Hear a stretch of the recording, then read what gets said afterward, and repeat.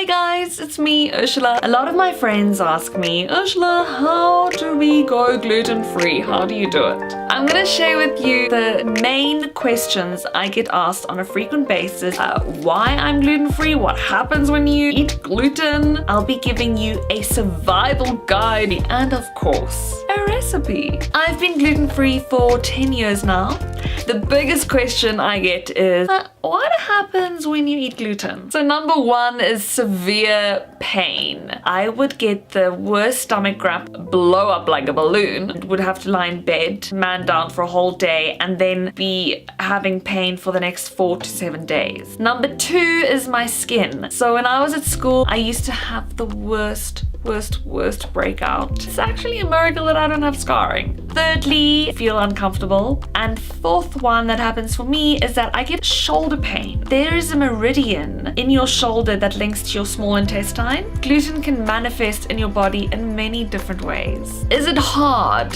That question, to me, it's not so hard because I choose to live pain-free. I choose to have a good skin. I choose to live my best vibrant life that I can possibly live. And I remind myself the why.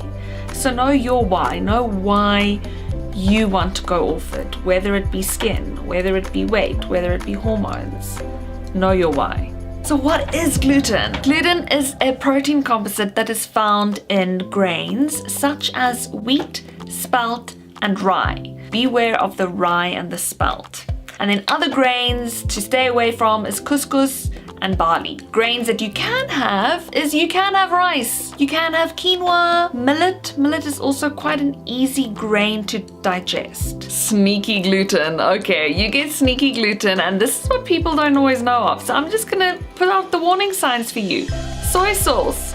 You can get tamari sauce, which usually doesn't contain gluten, but it tastes just like soy sauce. Sauces and soups that you find at a restaurant or Woolworths. So always check your labels and ask. When you go to a restaurant, just be unapologetic about it. Ask gravy. Last year, I was at a restaurant and I had gravy, not thinking that gravy contains gluten. Condiments such as barbecue sauce, tomato sauce, read your label. Licorice, sweets, red and black. Processed meats and boerewors. Gluten-free alternatives. Now, 10 years ago when I went gluten-free, there weren't many alternatives. These days, there are so many options. Beware, don't go too crazy in the gluten-free aisle because a lot of them are substituted with a lot of sugars and a lot of other stuff, which actually in the process might not be so good for you. But I did find a gluten-free pasta that is completely grain-free, sugar-free, and easy to digest. So the reason why this pasta is so easy to digest is because it's 100% legumes and it's been dehulled. Now that means that the outer layer of the legume is already been taken out, and that is the hard part of a legume to digest. It's milled into a flour, and then this 100% legume-based flour gets processed into the pasta. Genius. It tastes just like pasta.